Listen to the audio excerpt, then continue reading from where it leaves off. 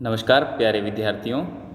और आज हम कक्षा नवम में जो हम अपना प्रकरण कर रहे थे हिंदी में अर्थालंकार ही, उसी के अंतर्गत आगे करेंगे उत्प्रेक्षा अलंकार और रूपक अलंकार। इससे पहले हम उपमा अलंकार कर चुके हैं। उपमा अलंकार में क्या होता है, जहाँ पर समानता बताई जाती है उपमेय उपमान में, उपमेय में उपमान की जहाँ पर समानता बताई जाती है। इसके उदाहरण आशा है आपको समझ आ गए होंगे। तो आइए अब आगे बढ़ते हैं ज़्यादा विलंब ना करते हुए। देखिए, उत्प्रेक्षा अलंकार कहाँ होता है काव्य में, जहाँ पर उपमेय में उपमान की संभावना की जाती है, मतलब मान लिया जाता है। जहाँ पर उपमेय में उपमान की की जाती है, संभावना की जाती है। अब देखो, हम संभावना जब भी करते हैं, संभवतः हम जब भी कहते हैं, तो किन वाचक शब्दों का प्रयोग करते हैं? जैसे मान लिया, मनहु, मानो, जनहु, इस प्रकार से हम काव्य में प्रयोग करेंगे। जैसे उपमेय को उपमान मान लिया, संभावना कर ली, उसमें क्या की थी? समानता की थी। इसमें क्या की? संभावना। ठीक, तो बहुत ही आसान है। इसमें जो वाचक शब्द आते हैं वो मानो, मनहु, जानो, जनहु, माना, ठीक है ना, और जाना, इस प्रकार के जो शब्द हैं वो आ जाते हैं।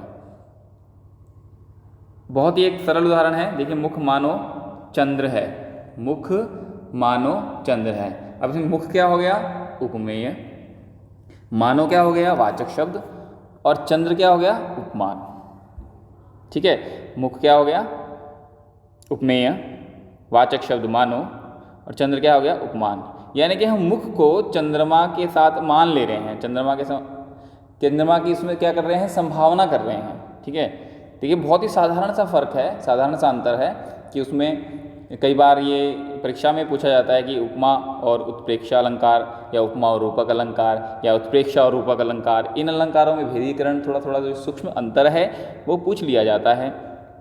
तो वो अंतर हम तभी बता पाएंगे जब हमें अच्छे से इसकी परिभाषाएं याद होंगी और समझ में आएगा। सबसे बड़ी बात क्या है कि हमें अच्छी तरह समझ में आ जाए। तो समझ में तभी आएगा जब ध्यान से आप पढ़ेंगे। ये वीडियो आपने बहुत ध्यान से देखनी है और सुननी है। तो अब हम आगे बढ़ते हैं, उदाहरण अगला करते हैं। इससे अगला, सोहत ओढ़े पीत पट, श्याम सलोने गात, मनहु नील मणि शैल पर, आतप परियो प्रभात। देखिए, यहाँ श्री कृष्ण जी की सुंदरता का वर्णन किया जा रहा है कि सोहत ओढ़े पीत पट, पीत पट यानी कि पीले जो वस्त्र हैं, पट यानी कपड़ा, पीत यानी पीला। श्याम सलोने गात, जब वो अपने जो तन पर हैं, जो श्याम सलोने गात पर हैं, जो पीत वस्त्र पहन लेते हैं, ठीक है ना, और उन पर जब प्रभात की किरण पड़ती है ना, आतप परियो प्रभात, ठीक है, श्याम सलोने गात पर कैसा उनका चित्रण होता है, कैसा उनका रेखा चित्र होता है, कैसी उनकी सुंदरता होती है, वर्णन किया गया है और बताया गया है। मनहु नीलमणि शैल पर, आतप परियो प्रभात। ऐसा लगता है कि मानो कि नीलमणि शैल पर, ठीक है ना, नीलमणि शैल यानी कि नीलमणि से युक्त जो शैल यानी पत्थर है, उस पर यदि प्रभात की किरण पड़ती है उस मणि पर, तो वो मणि प्रकाशित हो जाती है। ठीक है, तो इसी प्रकार जो श्री कृष्ण जी का शरीर है, उस पर जो श्याम नीलवर्ण का जो शरीर है, उस पर क्या प्रभात की जब किरण पड़ती है, यानी कि प्रभात की किरण से उसकी उपमान से तुलना की गई, इसकी उपमेय की, उनके शरीर की, किनके? श्री कृष्ण के शरीर की। ठीक, और किस शब्द से की गई? वाचक शब्द से। यहाँ मनहु, जब हमने पूरा पढ़ा उसका अर्थ हुआ, तो अर्थालंकार है ये।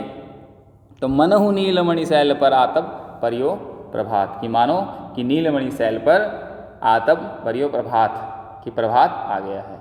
ठीक है, मनहु शब्द है, मानो शब्द है, उसके उदाहरण है। ठीक है ना, ऐसे मानो का एक और उदाहरण है, जैसे कि अति कटु वचन कहती के कई, मानो लोन जरे पर देही, कि माना नमक जो है, ऐसे वचन कह रही है कि कई माता, कि मानो जले पर नमक के जो कार्य किया जा रहा है, जले पर नमक का जो कार्य किया जा रहा है। तो एक इसका आसान तरीका ये जो होता है परीक्षा में जानने का, कि मानो, मनहु में जानो, जनहु, जहाँ पर आपको ये वाचक शब्द नजर आए, दिखें किसी भी काव्य की पंक्तियों में, तो वहाँ अलंकार कौन सा होता है? उत्प्रेक्षा अलंकार वहाँ होता है। चलिए, अब हम करते हैं, ये भी प्रमुख अलंकार है, रूपक अलंकार। ठीक है, तो रूपक क्या होता है, रूपी कर लिया जाता है, उसके रूप को साक्षात वैसा ही कर लेना ही रूपक, यानी कि आरोपित कर देना ही क्या होता है, रूपक अलंकार होता है। ठीक है ना। तो यहाँ होता है ये अलंकार कि जहाँ उपमेय में उपमान का आरोप या अभेद, जिसमें कोई भेद ही ना रहे उपमेय और उपमान में, अभेद होता है किया जाए, तो वहाँ कौन सा अलंकार होता है, रूपक अलंकार होता है। अब देखिए उपमेय आपको पता है कि जिसकी वस्तु की, जिस व्यक्ति विशेष की वस्तु की भी हम तुलना कर रहे हैं किसी से और जिससे कर रहे हैं वो उपमान होता है। ठीक है। तो उदाहरण के लिए जब हम किसी की भी किसी से तुलना या समानता या संभावना करते हैं, ठीक है, और पहले तो हम संभावना कर रहे हैं या फिर समानता कर रहे हैं, अब हम ना संभावना करते हैं न समानता करते हैं, बल्कि पूरा आरोपित ही कर देते हैं, यानी कि इसमें किसी भी वाचक शब्द की आवश्यकता नहीं है, किसी भी वाचक शब्द की इसमें आवश्यकता नहीं है, कि किसी भी वाचक शब्द से न करके हम उसको ध्यान से पढ़िए कि अभेद कर रहे हैं, अभेदीकरण कर देते हैं, यानी कि भेद ही नहीं है, उपमेय भी वही है, उपमान भी वही है। जैसे फॉर एग्जाम्पल उदाहरणतः हम कहते हैं किसी को भी किसी से तुलना करते हैं, ठीक है ना, जैसे हम किसी भी सेलिब्रिटी से किसी की तुलना करते हैं ना कि ये उसकी समान दिख रहा है, उसके समान दिख रहा है, माना वैसा लग रहा है, हम क्या कहते हैं, नहीं नहीं वैसा लग नहीं रहा है, वैसा है ही, यानी कि वैसा लग नहीं रहा है, वैसा है। तो यही क्या होता है, बिल्कुल रूपक अलंकार होता है। ठीक है ना। जैसे यह परी के समान सुंदर लग रही है, ठीक है ना, ये किसी स्त्री की यदि हम समानता या तुलना कर रहे हैं, उसके अलंकार का प्रयोग कर रहे हैं उन पंक्तियों में उसकी सुंदरता के लिए, तो हम कह देते हैं ना कि यह परी के समान सुंदर है, मानो परी है। फिर क्या कहते हैं कि परी ही है, यह परी है, यानी कि वह जो उपमेय है उपमान ही है।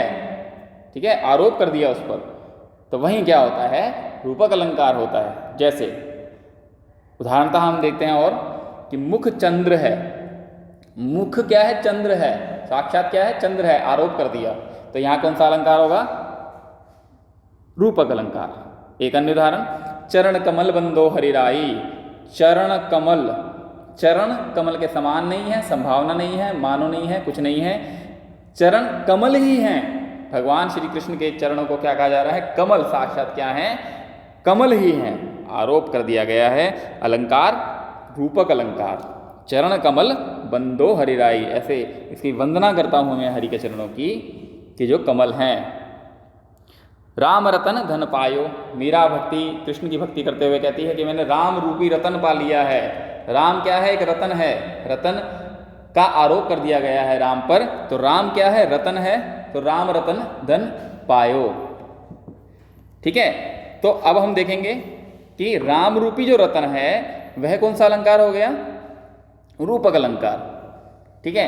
अब बच्चों ये अलंकार रूपक अलंकार भी आज हो गया और उत्प्रेक्षा अलंकार भी हो गया। ठीक है। तो इसके उदाहरण आप करें, ज़्यादा से ज़्यादा उदाहरण करेंगे देखिए, तो तभी आपको अभ्यास होगा, और जितना ज़्यादा अभ्यास होगा उतनी ही आपकी इस पर पकड़, अलंकार जो प्रकरण है इस पर आपकी पकड़ मजबूत होगी, और परीक्षा दृष्टि से भी आप इसको अच्छे से कवर कर पाएंगे। ठीक है। तो आज हमने केवल 2 अलंकार पढ़े, उत्प्रेक्षा जिसमें संभावना की जाती है, और रूपक जिसमें आरोप किया जाता है। ठीक है।